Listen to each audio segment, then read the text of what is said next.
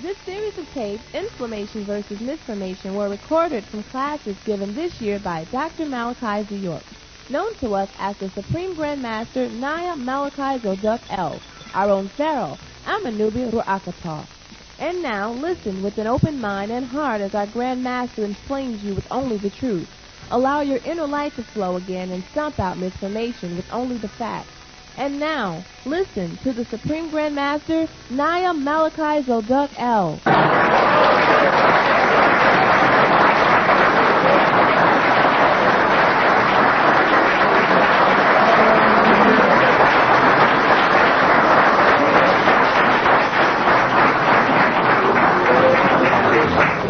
Yes. This was the map. Who's that? Where's the map from? Yeah, what? Who channeled it? No, I don't know what you mean. Oh, gave it to me? Yeah. Oh, a Shoshone woman came to class. She had called the Shoshone sister here, Sacha Kawia, and said, I have something for you. And this was about 3 weeks ago, 4 weeks ago, something like that. All right? And what she did was gave her a photostat copy of the map. And when we got the map, we couldn't find the photostat copy, not as clear as we'd like to be. So we've been trying to find it. We finally found the map through her, through another Native American, in fact, it came out, right, from up the road. And so that's how we got this here copy. And we was waiting for that for the whole 3 weeks. And we finally got it about 2 weeks ago, something like that. And that's how we got it. Who made it? Who wrote the map? Who made it up? This, the original one? Yeah. A young girl, they said. They had, I don't know if it's explained on here. It says a young girl channeled it. For thousands of years, the spiritually enlightened of many cultures have told of a time when the earth would go through a great change in its structure. Changes that would affect every aspect of culture. Most of these predictions gave the end of this century as the time period for the events. The time changes is now. The forces within the earth have been in the process for several years and are already manifesting themselves around the globe in many ways. The following information is the most detailed yet given about the changes in America. We wish to share this knowledge so you may start preparing yourself spiritually, emotionally, and physically. Yes. Emotionally. Spiritually, emotionally, and physically. Our personal reaction to changes in our lives is a matter of perception. Anyway, talks about a little girl having a vision. And she told her uncle, and he contacted Madame Blackaveski. And Madame Blackaveski contacted Moya, Kutumi, and Saint Germain. And they all met with the girl to see if she was a phony. These are all warlocks and stuff. To see if the girl was a phony. And the Native Americans who this girl was born amongst, right, sought with these so-called Madame Blackaveski, Kutumi, Moya, and Saint Germain. And the girl's visions, they logged and had somebody log it, right? And she did one for America, for Australia, for Europe, different places. And of course, our primary concern will be here, and I'm trying to get one for London and send them, and our group in Australia will send one to them. So that's how I came here. Is that the same matter of the Ghoul Society? Of the Ghoul? Yes, of the Tula Society, Madame Blackaveski? No, Tula, yeah, Society, yes, that's her. Don't think that the witches and warlocks are not plotting the time too, because they're more in tune with the Christians than Jews, because they believe in nature. Most people don't know that witches and warlocks, they believe they're nature worshippers, so they're about when the moon comes, when the sun comes, they do all that kind of stuff too. So they have these calendars. Don't think, because they chose the Luciferian order to worship, that they don't know things. Don't mix up not knowing with being right. They know. Them witches and warlocks, they got calendars, they be doing stuff. Yes? Yeah, I remember reading one of the old bulletins about how wheat comes from Wickham, and it seemed the Wickham had something to do with witches. With Wicca. Can you break that down? Because I never really understood. No, it's just that they used to have all of their rituals in wheat fields. and they refer to it as wicker. From that, they used to make baskets for wicker. The whole concept of wicker furniture has to do with witches. Weaving wicker, that was a ritual thing going on. Yeah. But one of y'all like wicker furniture? You looked over there like, I told you don't get that wicker furniture. They all fall apart anyway. I was really not impressed. I know I told my dad was a week coming for a week, but I didn't know. I knew that they did. Well, you know what the game is Latin, French, Old English, New English, and Greek. Those people got together and took a monopoly on all the intelligence that's in the doggone universe. Or not universe, on this planet. Which means whenever you say anything, somebody always says, what does that mean? And they got to go back to Latin, Greek, or English, or Old English for a terminology. They've got you literally mentally trapped in a vacuum of information that they control. And whenever anybody asks you anything, you notice they say, what does it mean? You have to go back and say, well, in Latin or in Greek, that has to be broken again. They have that's what's going out. Their era is going out. But people start defining things the way they see them and not the way the American Heritage Dictionary sees them. But when you write a book and you're dealing with people, if I don't put the American Heritage Dictionary's interpretation of it, niggas just won't believe it. That's how far from the spell they are. So we got to work with that. It's a shame. Because we have to use the word Egypt. The word Egypt should not be used us. But we have to use Egypt, otherwise people would not have no idea what we're talking about. You know? Good.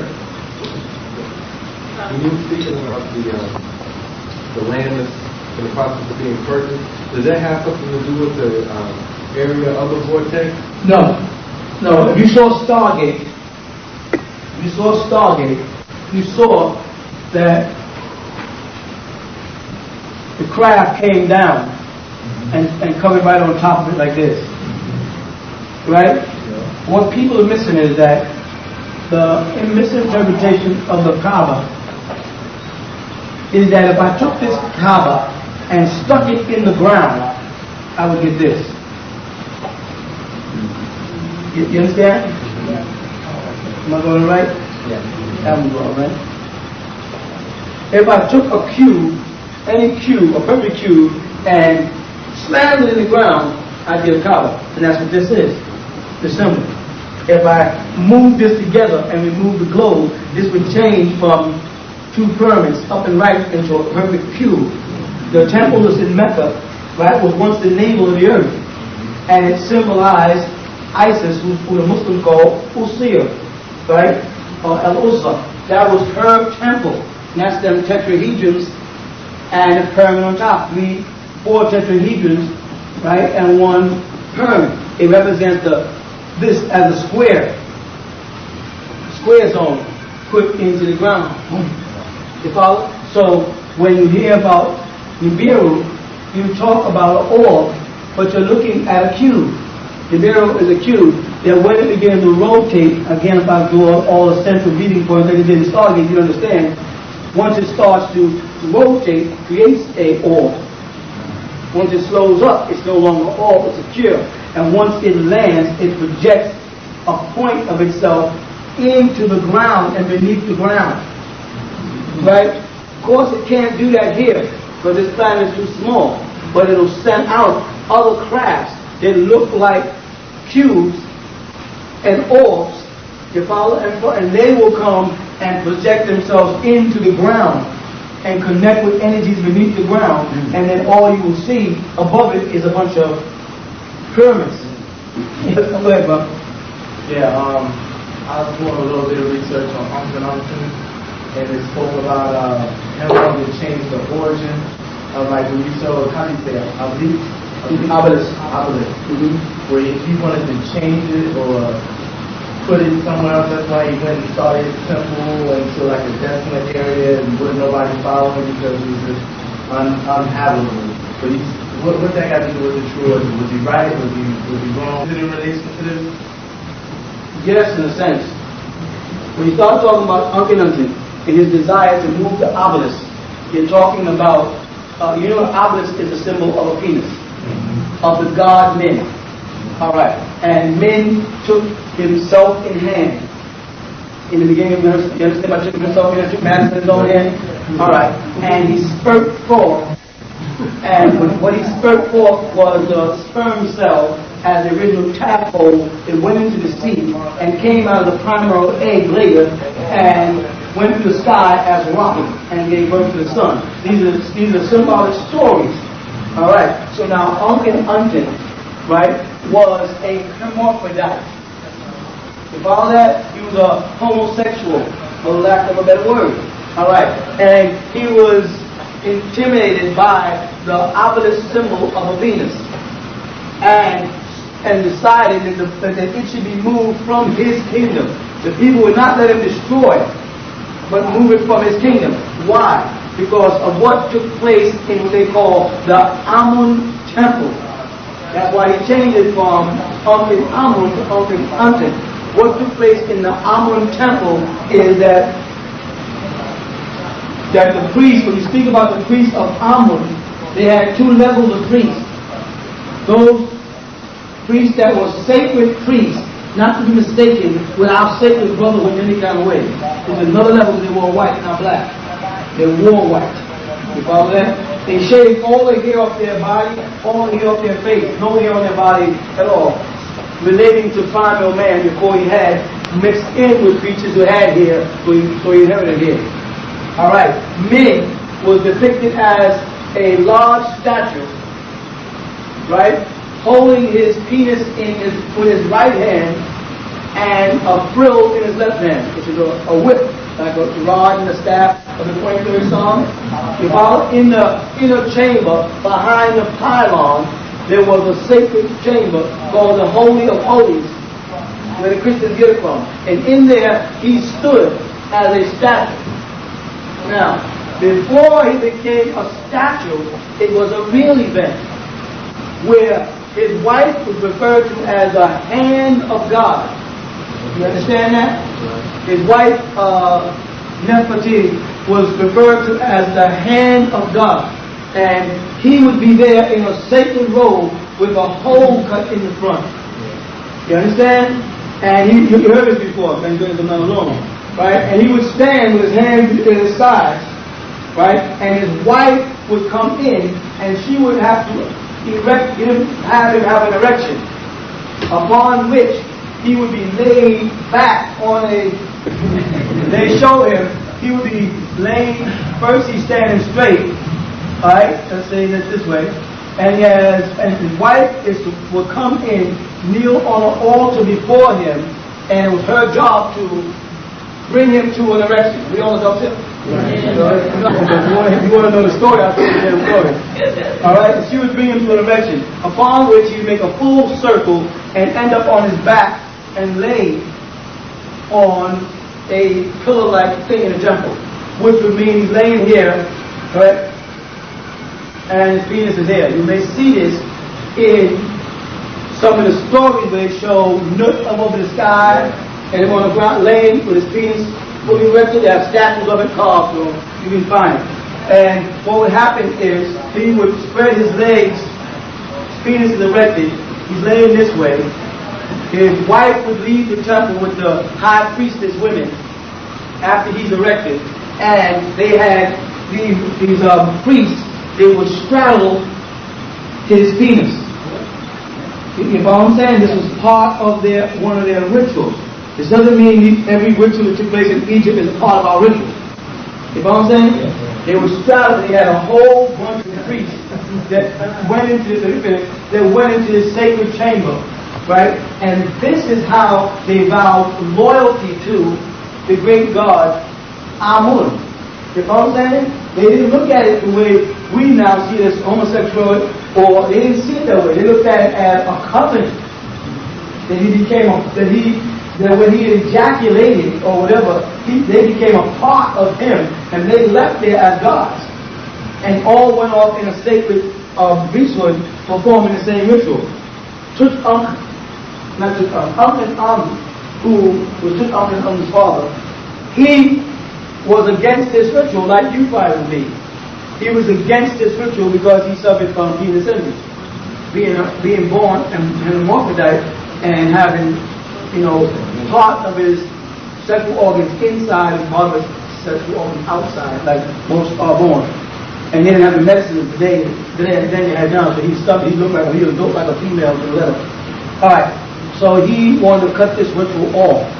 And that ritual was always symbolic of that, and that's why the obelisk became the... Now look at this now.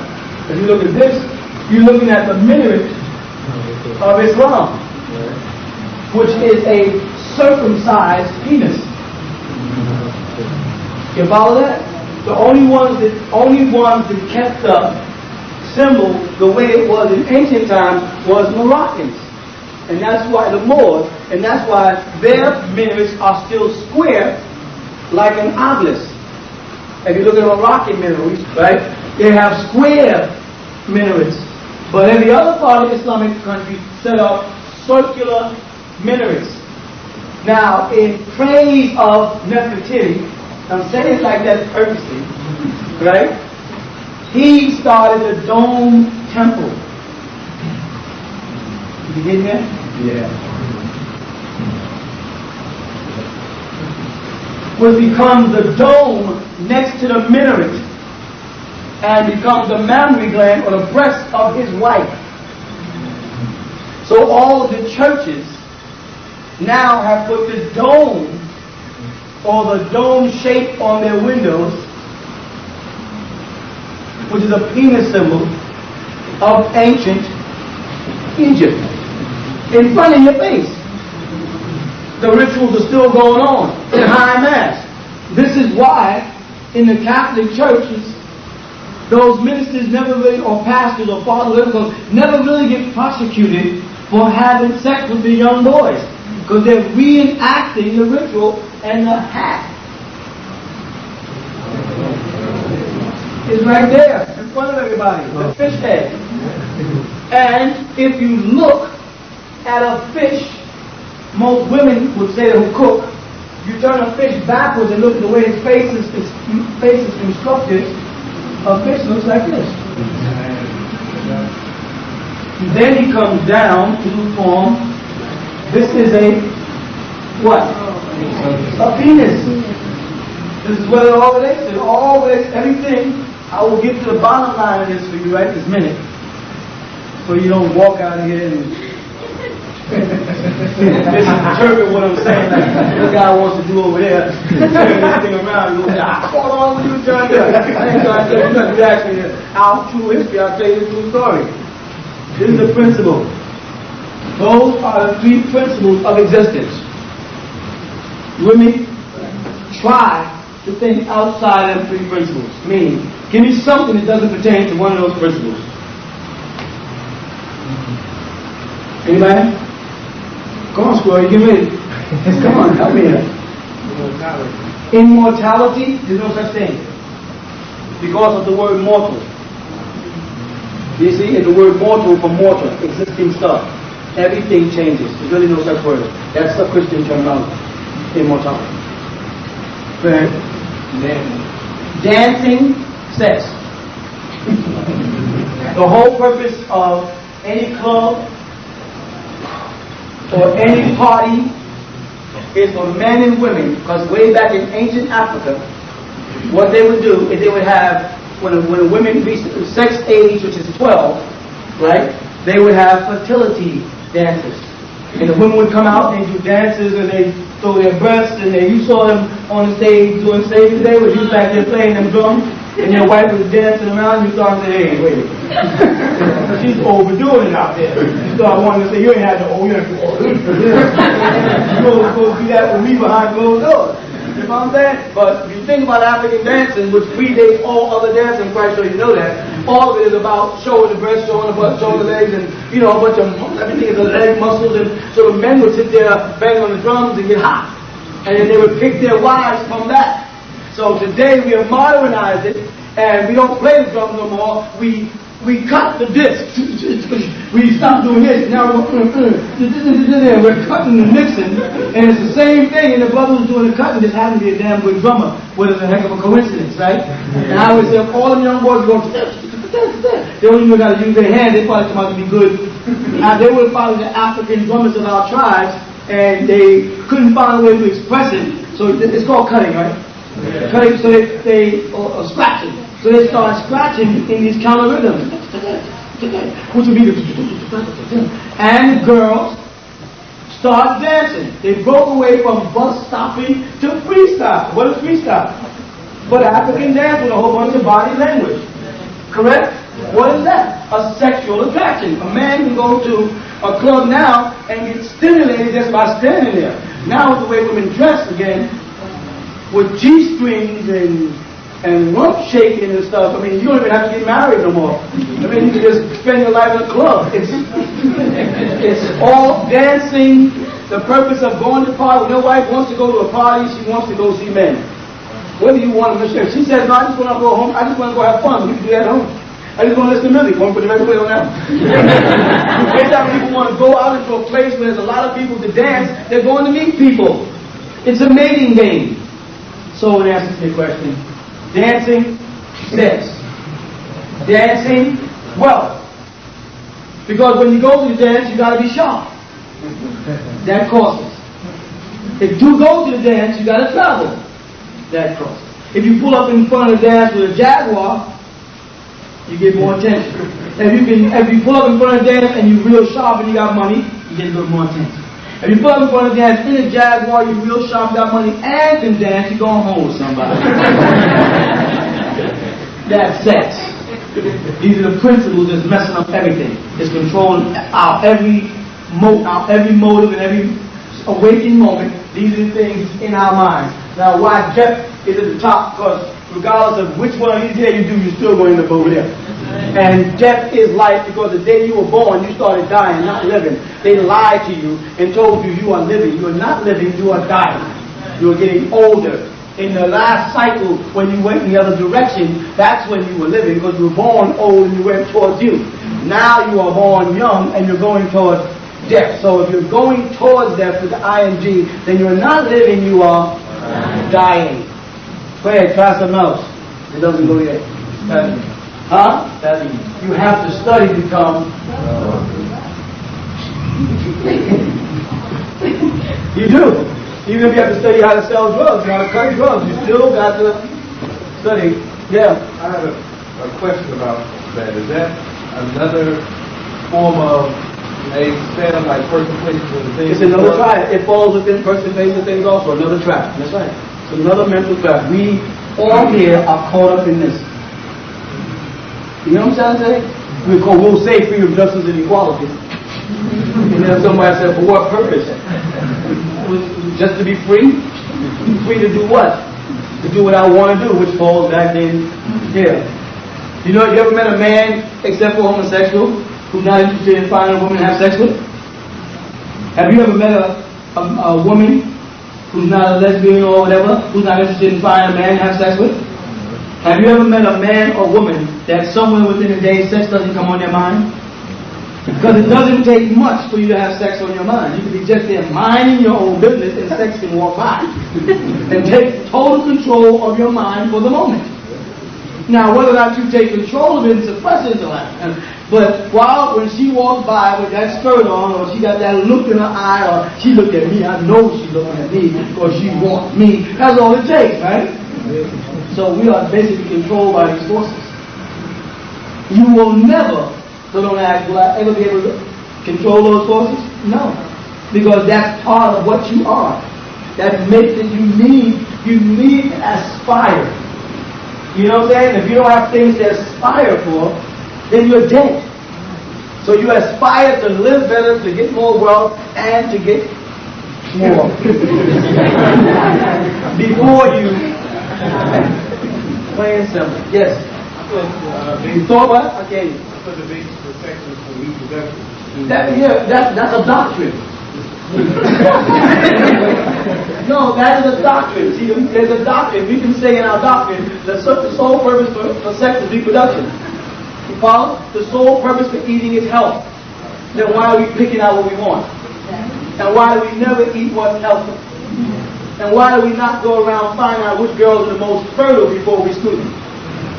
We don't sit around and say, well, my mother has 6 kids, so good parenting. She has this. We look and say, fit, she's this. We have all these other reasons. So that's a doctrine, not a reality. You understand? Though the doctrine might be true, it has still not remained the reality. Can we make it reality? Can you? Yes, you can. That's just like yes. This is another triad. Is this similar to like in the right now it's scroll off the tablet you said that the people of the sun cast out the being that technically made 2,000 years ago? That's something that it says that in the Galactic Federation we can request that also to happen. You lost me. You got so deep, you lost me. Okay, it said how you were saying how there's another triad of person. This is another triad in answer to a question. Yes. Alright, and the Vietnam, if you go down how the people of the sun had asked for, had the Vietnam cast out 17,250,000 years ago. Right. That's something that we have to do also. Is this something we have to cast out of ourselves? Huh? Yeah. No, because there's nothing filthy, wrong, and dirty about having sex. Because we have created the doctrines that make it bad. We have created situations. And here's a bad situation that we created. It's called mind. Mind, that's mind possession. Right. College kids, help me. Mind possession. It's called mind. And by that I mean, is anybody here a couple? A young couple? This is he, and this is she. These are two beings, Homo sapiens as they might call them, right? Intelligent beings, right? Who are on this planet with me, and they have taken a vow to one another to become one. In that vow to become one, he has literally castrated himself, and she has patched up her vagina to all except him. You understand what I'm saying? This is called loyalty. It's called what else? Monogamy, okay? It's a nice word. Monogamy. What else? Devotion. What else? Faithfulness. What else? Huh? Trust. Stupidity. because no, this is the sad part. I'm just saying if she was the only woman he ever had, and he was the only woman she ever had, and they have this little bond, correct? Then she or he doesn't know how good it could be somewhere else. But we have been trapped now inside these terminologies, or as I tell the other young brother, within these doctrines of loyalty, honesty, faithfulness, so and we cut off ourselves from the rest of the animal kingdom who do not live by these rules and regulations. And we are a member of the animal kingdom when we're biting on a chicken's leg. But when it comes down to this specific incident as an animal, we immediately write a new book called the Book of Mind. Not the mind book, the mind book. That is mine, right? She's yours. I say mine is yours, right? And he is yours. So now, if you come home and you find her in the bed with somebody else, the first thing that comes to your mind is, that's mine. Is that right or wrong? And then violence streak or defense, or you can say, I don't care, I'll just walk on out. But the bottom line is you would be ready to hurt. No, you would be hurt, but you'd be ready to hurt somebody. The suffering point is she might be doing it because she's not getting what she needs. So she has to start again. So we have created through a he and she in a mind system amongst ourselves. We have put aside the animalistic nature that we all have to discipline ourselves because it would keep us from hurting ourselves and hurting others. You know? But it's not a wise one because you just don't know. So every woman don't know if down the road there's a better leg. So we say, I take a vow not to care, to settle for the man I'm with. You know what I'm saying? And that's it. But I'm here to tell you, as you get older, that's just not going to happen. As you get older, you're going to lose that loyalty. You may not think you are. As you get older, you're going to lose that sincerity. Because the desire for adventure is going to click in regardless of how you feel about the person that sleeps next to you or have been sleeping next to you for 10 or 15 or 20 years. A wise woman and a wise man, right, will make preparations for that in their relationship now. A fool sits back and waits for the end. I'm saying, in a show of hands, how many fathers, how many people here, fathers left their mother? How many people here, the father and mother, the same father and mother from birth? Alright, which are the most? Did y'all notice? Did you notice that 75% of people here, parents, the father left? And another 25%, the father stayed? How many people would say that their father who stayed is a very docile and nice person? How many people would say the father who stayed is grumpy, fussy, damn near violent, and hard to get along? How many would say of the father who stayed, he stays sedated most of the time?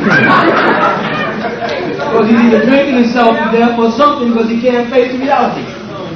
So when you get right down to it, of the 25% that said the father stays, we can take off another 15% because though he is there in body, he is not really there. So it says something about the human species that when we get to a certain age, men walk out. Or women throw them out. But anywhere it goes, on a scale of 100, 85 to 95% of us separate at a certain age. You follow? We are seeking at fulfillment of gaps, things that we feel we may have missed. If you don't prepare for that now, you can have a sharp talking, fast mouth boyfriend now that keeps you prepped. Let me tell you what prep is. I teach this to my daughter, so you know. So all you women, pay attention to prep. So you're looking at a shrewd man, right? And all you guys get mad at me, you know it, and I know we ain't prepped. Understand? It's called prepping. Anytime a man has to keep whispering something to you in the movie, he's trying to keep you prepped. He's afraid that you might see something, you follow? And so he got to say, well, that's a red card. Oh, well, that's a someone's. He's literally belittling your intelligence by keeping you prepped. He has to always interpret for you as if you don't have the ability to interpret things yourself. We men do that. It's a way of keeping you under our wing, not letting you make decisions for yourself. Like, well, after this class, on the way to the car, your husband will be like, oh, this is what Papa was really trying to say. He got to take it, even has to take it away from a 52-year-old man. That's how insecure he is. And that's what he thinks of you. He's so confident that you're not stable, that you're not secure, that he has to keep putting some super glue on the relationship. When it's obvious that you're already there with him. I'm trying not to stare, because whenever you stare, you think he's talking directly to me, and then she on the way says, I think he was talking to me about something. And I'm not. I'm just talking about life in general. You know what I'm saying? It doesn't apply. But, no, as Bob Marley said, if the hat fits, then let you wear it. You ain't supposed to be prepping the woman. She's supposed to have her own mind. And any woman, when she's supposed to say, I understand, mama. You explain the whole goddamn movie to me. Anybody you meet, he has to give you an interpretation about the person. You know what I'm saying? You know, let me find out where we ain't. You with me? This is called prepping. A lot of you young girls are being prepped today and don't even know it. All women got tired of preps and said, listen, cut the crap. Because while you prepping me, you looking at somebody over there, nigga. And she learned to accept that reality at a certain age. Whether that's compromising, copping out, whatever you want to call it, to sustain her relationship as a mature woman, she may have to compromise on the animal side and the low lightness of a man. You know what I'm saying? It's not a dumb thing to do. It's a smart thing to do if that relationship means that much to you, I'm just saying. If it doesn't, then don't bother. You understand? Did I go a little too far into this for y'all? Y'all got this real constipated look on y'all. I don't mean to insult nobody, but I'm just telling you, talk to me as an old man, I'll talk to you as a father. You talk to me as a teacher, I'll talk to you as a teacher. You talk to me as a friend, I'll talk to you as a friend. Amen. I look at life just like that. If you trust your man, you are a fool. If he tells you he ain't looking at another woman and you believe that, you are a fool. No man is not looking at no other woman. Right, Al? Right. Tell the truth, brother. Tell the truth. I mean, to these, I'm honest. I'll tell the truth. My wife get mad, but I'll tell the truth. You got to. What was that? And I'm going to tell you something, sister. And if you got a man who's not looking at other women, he's looking at other men. And that's even worse. You understand? So, don't try to stop him from being the animal he is. You understand? Learn to let him know I see you there. I see you looking. And but you know the thing? If you look, he's ready to knock your head off. That's the man. That's the system you got to live with. Because that's the society, the young brother back there. That's the doctrine that we have been indoctrinated with. That the man can look, straighten out between the restaurant and the movie. And the woman, she look, there's no movie and no restaurant. We're on the home meal. Go ahead, back in the back. Based on what you just said, then what would be the point of relationships? What is the point of a relationship based on what I said? I mean, because what you're saying is based on what you just said. Yes. The fact that you just said what you said. What would be the point of relationships? I mean, as a sister, I'm saying I'm with you. I'm with you. I'm not arguing that. What does the word relationship mean? To relate to each other has nothing to do with commitment. I'm trying to say, we have created this system. And I'm not saying it's a bad system, especially for us men. I'm not saying we got to comprehend at this point. We have created it, and it's simply me. I have been places where I related to someone and didn't even know them. You know what I'm saying? So, if you're asking, should human beings get together and take a vow to each other, I think some should, because some do. And I think there's another group of people that have passed that. And the way they relate to their mate is on a higher level than that. They don't have to keep saying, you know, you're my mate. They don't need to keep prepping their wife up. They don't need to keep, you know what I'm saying, they don't have to keep reiterating that I'm in control. I think they begin to reason better than relate. You know what I'm saying? So I'm not saying y'all shouldn't be married, you don't go to school and everybody. That's not what I'm saying.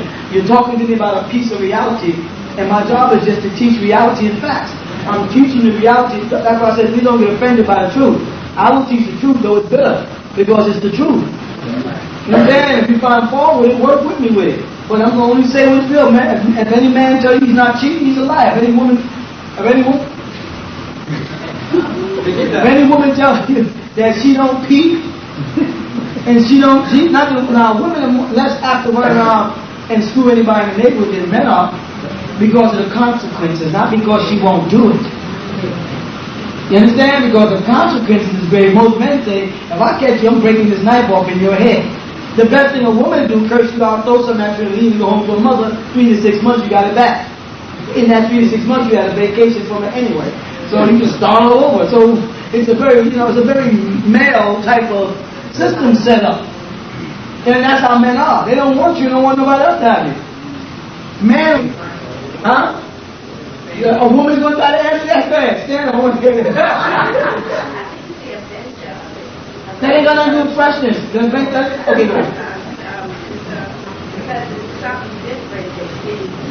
Let me tell you what I'm doing then. With all this philosophy crap. What I'm trying to say to women is, don't let men wear your stuff out. And what was once fresh is no longer going to be exciting. There should be intervals of sometimes months where you don't have sex. You understand? And you come back with a fresh relationship. That's all I'm trying. I'm not saying it has to be 6 months. I'm not saying it has to be. I'm just saying if you are there available at all times, you are on a chain